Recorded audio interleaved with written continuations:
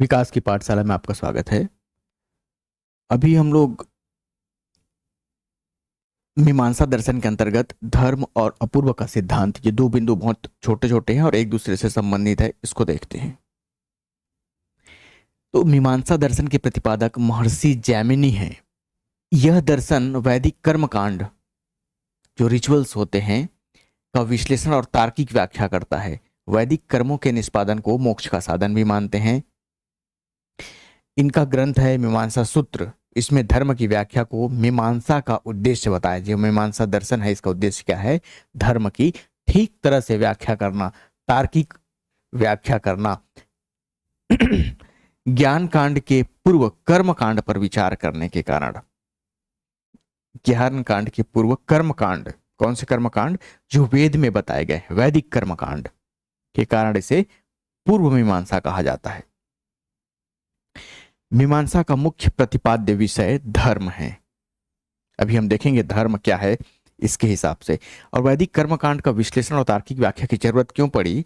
क्योंकि वैदिक कर्मकांड थे, इसके कारण जो पशु बलि दी जाती थी और भी अन्य जो रिचुअल्स थे, इनके विरोध में जैन धर्म और बौद्ध धर्म का प्रतिपादन हुआ था। तो इसके साख में कमी आई थी। वैदिक ग्रंथों की साख में उनको न मानने वाले जो धर्म थे, जैन और बौद्ध और चारवाक, इनका प्रतिष्ठा उस समय स्थापित हो चुका था। तो फिर से महर्षि जैमिनी ने जो वेद की जो विधि वाक्य हैं या वेद में जो आज्ञा है, जो निर्देश किया गया है, इसमें इसका लोगों के बीच में प्रतिष्ठा स्थापित करने के लिए इसका फिर से विश्लेषण किया और तार्किक व्याख्या करके समझाने की कोशिश की। तो इसमें पहला जो बिंदु है वो है धर्म। तो धर्म की परिभाषा मीमांसा दर्शन के अनुसार क्या है? वेदों की आज्ञा से निर्देशित कर्म। अभी हम देखेंगे कर्म कौन कौन से हैं। वेदों की आज्ञा से निर्देशित कर्म ही धर्म है। मीमांसा दर्शन के अनुसार धर्म कोई सामान्य नैतिक भावना नहीं है, न ही यह केवल पूजा या आस्था है, बल्कि जो कर्म वेदों में करने के लिए कहा गया है वही धर्म है। मतलब वेदों में जो भी बातें लिखी गई है वे सब धर्म हैं। जो भी कर्तव्य बताया गया है वे सब को धर्म कहा गया है और धर्म का पालन करना जैमिनी के हिसाब से अनिवार्य है। कौन कौन से कर्म हैं हम देखते हैं। कुछ कर्म होते हैं जो प्रकृति से प्रेरित हैं, जैसे सोना, खाना पीना। सोना, आपको नींद आएगी, आपको सोना ही पड़ेगा, ये प्रकृति से प्रेरित है। आपको भूख लगेगी, आपको खाना खाना पड़ेगा, आपको प्यास लगेगी, आपको पानी पीना पड़ेगा। ऐसा नहीं है कि आप इसे नहीं करेंगे, आप इसे करने के लिए बाध्य हैं। वैसे ही वेदों में जो बातें बताई गई है इसको भी करने के लिए आप बाध्य हैं। वेद का विधि वाक्य का पालन करना आपके लिए बाध्यकारी है।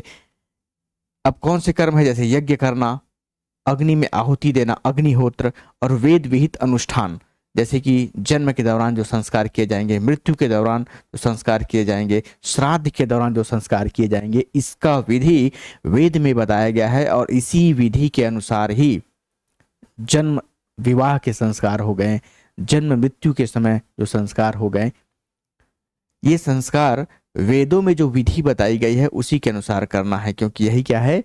धर्म है। मीमांसा में धर्म का विचार करते समय 3 प्रश्नों का समाधान किया गया। पहला, धर्म का प्रमाण क्या है? क्योंकि इसकी स्थापना के लिए ये जरूरी है कि प्रमाण क्या है, धर्म का साधन क्या है, धर्म का लक्ष्य क्या है, ये बताया जाए। तो धर्म का प्रमाण क्या है? तो इसमें एक ही प्रमाण को माना जाएगा, ये है शब्द प्रमाण। और शब्द कहां से ग्रहण किए जाएंगे? वेद से, वैदिक शब्द, वैदिक ग्रंथ पर आधारित शब्द, और उसके अर्थ के आधार पर धर्म का प्रमाण सिद्ध किया जाएगा। धर्म का साधन क्या है? तो वेदों द्वारा बताए गए कर्मकांड। कर्मकांड में सबसे प्रमुख कर्म है वह है यज्ञ। साधन क्या है? वैदिक कर्मकांड। ये पूरा वेद की प्रतिष्ठा को स्थापित करने के लिए ही ये दर्शन लाया गया है। धर्म का लक्ष्य क्या है? तो हर भारतीय दर्शन का जैसे लक्ष्य होता है वो है, शुरुआत में ये स्वर्ग की प्राप्ति थी, उसके बाद मोक्ष। मोक्ष का मतलब होता है दुख रहित अवस्था। तो धर्म से संबंधित इन 3 प्रश्नों का जवाब दिया गया। अब मीमांसा दर्शन में कर्म का वर्गीकरण कैसे किया गया? हमने देखा कि वेदों द्वारा आदेशित कर्म ही धर्म है। तो कौन कौन से कर्म हैं? ये सभी कर्मों के फल अलग अलग होते हैं, किंतु कर्म का उद्देश्य केवल स्वर्ग की प्राप्ति नहीं बल्कि आत्मा की शुद्धि भी है, जिससे मोक्ष की प्राप्ति होती है। मोक्ष दुख रहित अवस्था है। अगर जन्म दुखों का कारण है तो जन्म से ही जन्म, पुनर्जन्म से मुक्ति, उसको मोक्ष कहते हैं।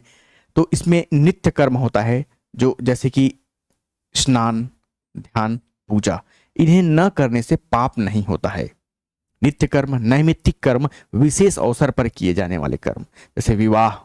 विवाह अभी आप देखेंगे तो हर समय विवाह हिंदू धर्म में नहीं होता है। वेद में जिसकी आस्था है या वेदों के बताए हुए मार्ग में जो चलते हैं तो हर समय विवाह नहीं किया जाता। कुछ महीनों में विवाह किया जाता है, कुछ महीनों में विवाह नहीं किया जाता। पंचांग देखकर विवाह किया जाता है। जन्म मृत्यु में भी जो संस्कार किए जाते हैं ये भी विशेष अवसर पर ही किए जाते हैं। जन्म संस्कार, अगर आप किसी का जन्म हुआ तो 5वें दिन में या 6ठे दिन में जो कार्यक्रम होता है वे इसी आधार पर ही होता है।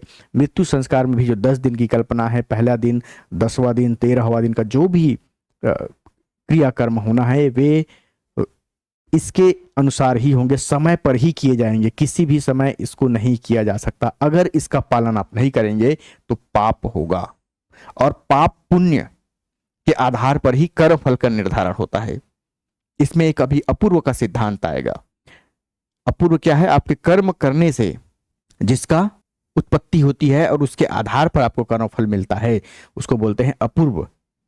तो नित्य कर्म हो गया, नैमित्तिक कर्म हो गया। तीसरा होता है काम में कर्म। काम में कर्म मतलब कामना से प्रेरित कर्म। ऐसे कर्म जो विशेष फल, जैसे संतान की प्राप्ति हो गई, धन की प्राप्ति हो गई, के लिए किया जाता है। इन्हें करने से पुण्य प्राप्त होता है, लेकिन नहीं करने से पाप नहीं होता, क्योंकि आप अपनी इच्छा पूर्ति के लिए इसको कर रहे हैं।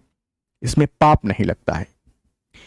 चौथा है निषिद्ध कर्म, जिनका वेद में निषेध किया गया है, जैसे चोरी नहीं करना चाहिए, झूठ नहीं बोलना चाहिए, हिंसा नहीं करनी चाहिए, और आप अगर इसे करते हैं तो पाप होता है।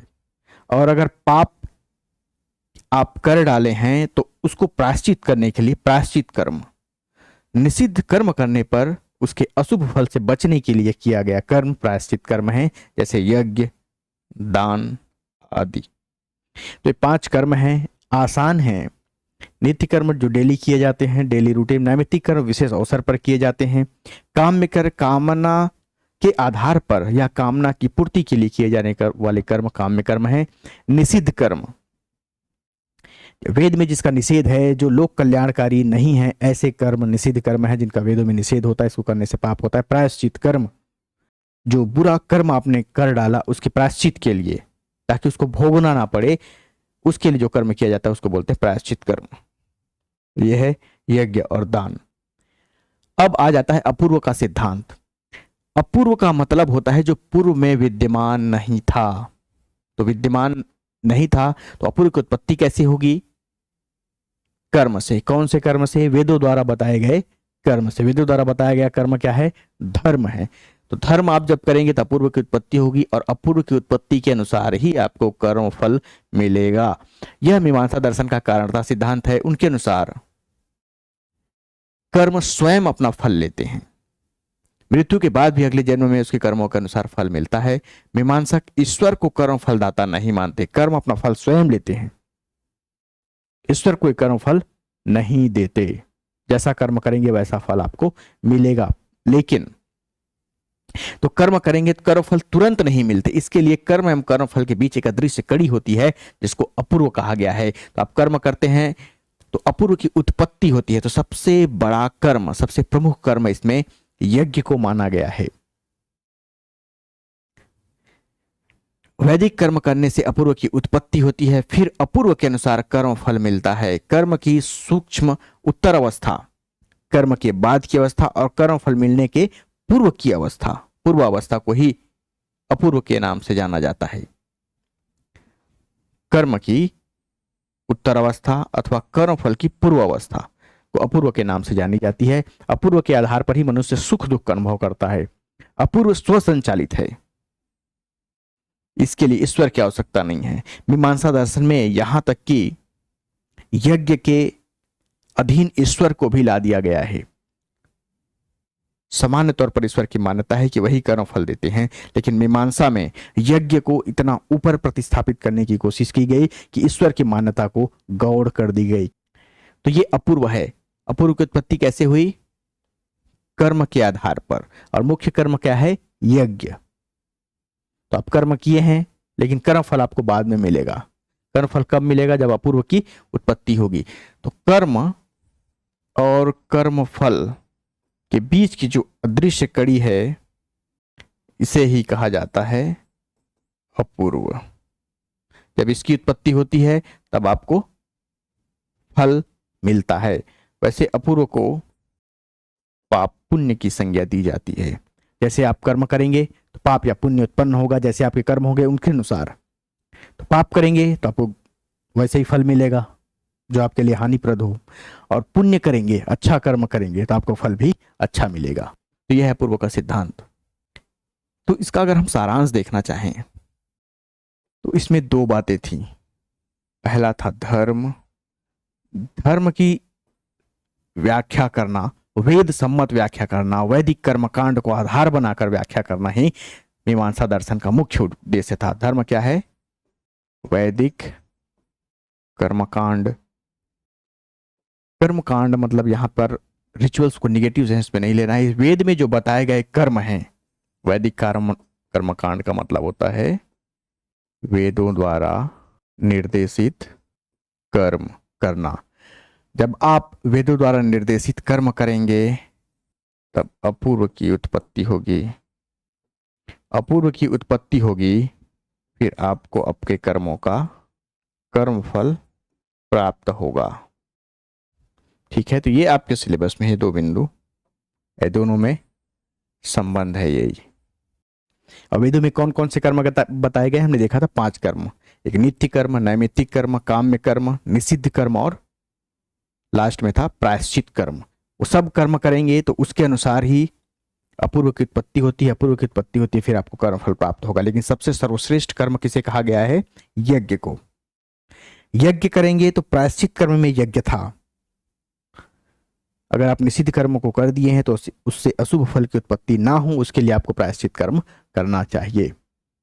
और यज्ञ के अधीन भी जिस भी देवताओं को बुलाना है, जो भी फल की प्राप्ति आपको करनी है, संतान की प्राप्ति अगर आपको करनी है, अपनी समृद्धि बढ़ानी है, धन की प्राप्ति अगर आपको करनी है, तो सबके लिए वैदिक कर्मकांड में मुख्यतः यज्ञ को इसमें साधन के रूप में बताया गया है। तो मुख्य रूप से वैदिक कर्मकांड की तार्किक व्याख्या करने के लिए ही मीमांसा दर्शन लाया गया था। और अपूर्व का सिद्धांत यह है, ये इसका नया ऐसा सिद्धांत किसी भी अन्य दर्शन में आपको मिलेगा नहीं। शुक्रिया।